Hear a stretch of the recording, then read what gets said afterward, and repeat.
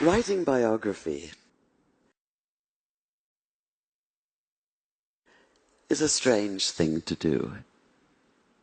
It's a journey into the foreign territory of somebody else's life. A journey, an exploration that can take you places you've never dreamed of going and still can't quite believe you've been, especially if, like me, you're an agnostic Jew and the life you've been exploring is that of Muhammad. 5 years ago, for instance, I found myself waking each morning in misty Seattle to what I knew was an impossible question. What actually happened one desert night, half the world and almost half of history away? What happened, that is, on the night in the year 610 when Muhammad received the first revelation of the Quran on a mountain just outside Mecca? This is the core mystical moment of Islam. And as such, of course, it defies empirical analysis. Yet the question wouldn't let go of me. I was fully aware that for someone as secular as I am, just asking it could be seen as pure chutzpah. And I plead guilty as charged, because all exploration, physical or intellectual, is inevitably, in some sense, an act of transgression, of crossing boundaries. Still, some boundaries are larger than others. So, a human encountering the divine, as Muslims believe Muhammad did? To the rationalist, this is a matter not of fact, but of wishful fiction. And like all of us, I like to think of myself as rational, which might be why when I looked at the earliest accounts we have of that night, what struck me even more than what happened was what did not happen. Muhammad did not come floating off the mountain as though walking on air. He did not run down shouting, "Hallelujah," and "Bless the Lord." He did not radiate light and joy. There were no choirs of angels, no music of the spheres, no elation, no ecstasy, no golden aura surrounding him, no sense of an absolute foreordained role as the messenger of God. That is, he did none of the things that might make it easy to cry foul, to put down the whole story as a pious fable. Quite the contrary. In his own reported words, he was convinced at first that what had happened couldn't have been real. At best, he thought it had to have been a hallucination, a trick of the eye or the ear perhaps, or his own mind working against him. At worst, possession, and he'd been seized by an evil jinn, a spirit out to deceive him, even to crush the life out of him. In fact, he was so sure that he could only be Majnun, possessed by a jinn, that when he found himself still alive, his first impulse was to finish the job himself, to leap off the highest cliff and escape the terror of what he'd experienced by putting an end to all experience. So the man who fled down the mountain that night trembled not with joy, but with a stark, primordial fear. He was overwhelmed not with conviction, but by doubt. And that panicked disorientation, that sundering of everything familiar, that daunting awareness of something beyond human comprehension, can only be called a terrible awe. This might be somewhat difficult to grasp now that we use the word awesome to describe a new app or a viral video. With the exception, perhaps, of a massive earthquake, we're protected from real awe.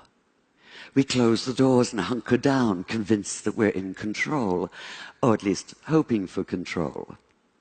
We do our best to ignore the fact that we don't always have it, and that not everything can be explained.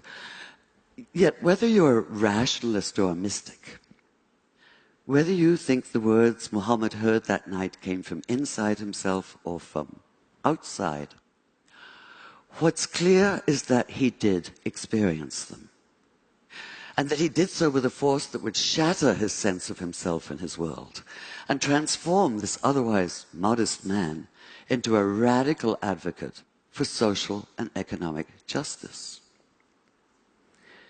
Fear was the only sane response, the only human response. Too human for some, like conservative Muslim theologians who maintain that the account of his wanting to kill himself shouldn't even be mentioned, despite the fact that it's in the earliest Islamic biographies. They insist that he never doubted for even a single moment, let alone despair.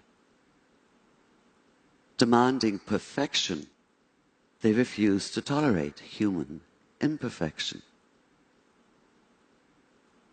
Yet what exactly is imperfect about doubt? As I read those early accounts, I realized it was precisely Muhammad's doubt that brought him alive for me, that allowed me to begin to see him in full, to accord him the integrity of reality. And the more I thought about it, the more it made sense that he doubted, because doubt is essential to faith. If this seems a startling idea at first, consider that doubt, as Graham Greene once put it, is the heart of the matter. Abolish all doubt, and what's left is not faith, but absolute, heartless conviction. You're certain that you possess the truth, inevitably offered with an implied uppercase T, and this certainty quickly devolves into dogmatism and righteousness, by which I mean a demonstrative overweening pride in being so very right. In short, the arrogance of fundamentalism. It has to be one of the multiple ironies of history that a favorite expletive of Muslim fundamentalists is the same one once used by the Christian fundamentalists known as crusaders. Infidel, from the Latin for faithless. Doubly ironic in this case because their absolutism is in fact the opposite of faith. In effect, they are the infidels. Like fundamentalists of all religious stripes, they have no questions, only answers. They found the perfect antidote to thought and the ideal refuge from the hard demands of real faith. They don't have to struggle for it like Jacob wrestling through the night with the angel, or like Jesus in his 40 days and nights in the wilderness, or like Muhammad, not only that night on the mountain, but throughout his years as a prophet, with the Quran constantly urging him not to despair, and condemning those who most loudly proclaim that they know everything there is to know, and that they and they alone are right. And yet we, the vast and still far too silent majority, have ceded the public arena to this extremist minority. We've allowed Judaism to be claimed by violently messianic West Bank settlers, Christianity by homophobic hypocrites and misogynistic bigots, Islam by suicide bombers. And we've allowed ourselves to be blinded to the fact that no matter whether they claim to be Christians, Jews, or Muslims, militant extremists are none of the above.